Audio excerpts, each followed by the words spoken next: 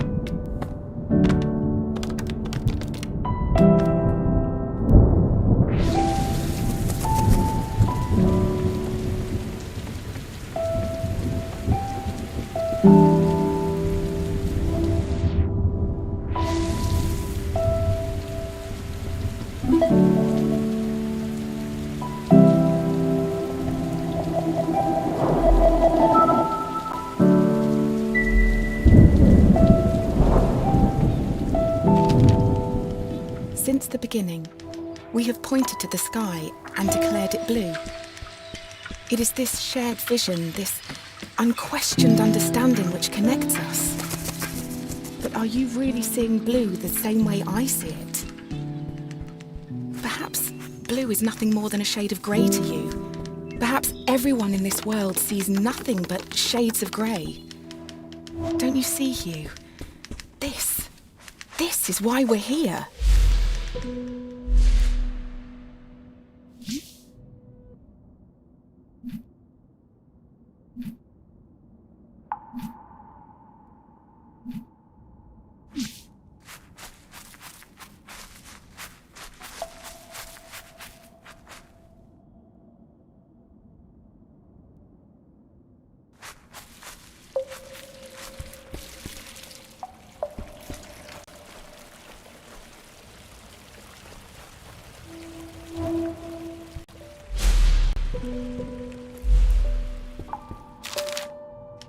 When you enter a cave expecting a waterfall, the chances are your expectations will be met. But if you discard those expectations, don't you think instead the cave will be full of surprises?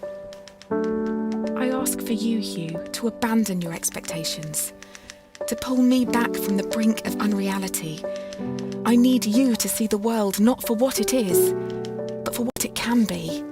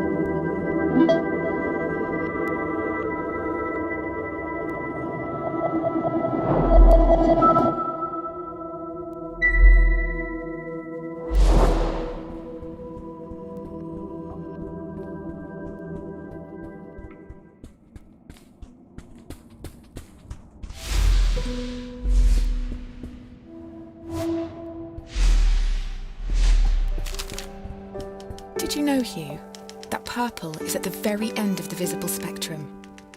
It's the hardest colour for our eyes to distinguish. Now, imagine a shade one step further than purple, a colour beyond what we can actually perceive.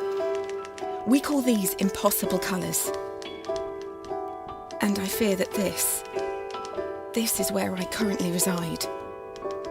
If reality is rooted in our perception, and you cannot perceive me, do I even exist to you? I'm sure that I do. I mean, you're reading this letter, or at least I hope you are. I'm sorry, but existing in this strange state of impermanence does funny things to you, Hugh. It makes you question what is real.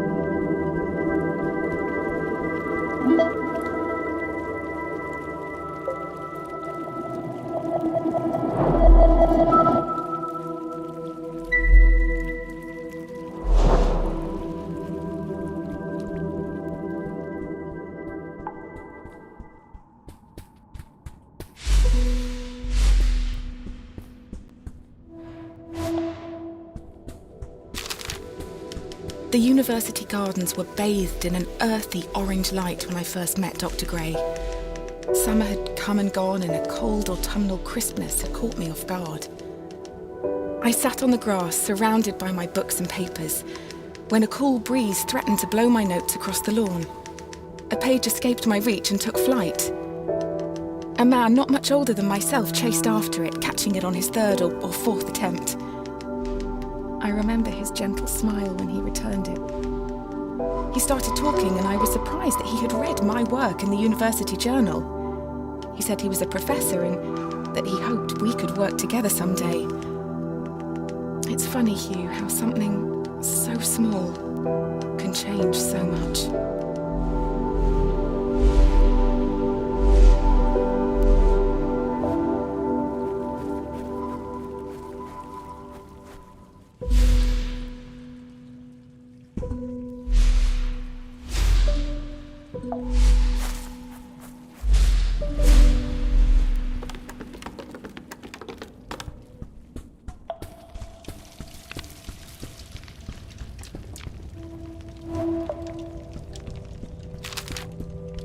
Dr. Gray soon became my assigned mentor, and I can't help but feel he somehow had a hand in it. Our fires burnt brightest when we worked together. It felt like we could achieve anything. We discovered more about colour than I could ever have imagined. We split light, mapped spectrums, we painted. We laughed. We worked long hours, and soon our goal became all-consuming. We were vessels. The work became more important than us, and we knew it.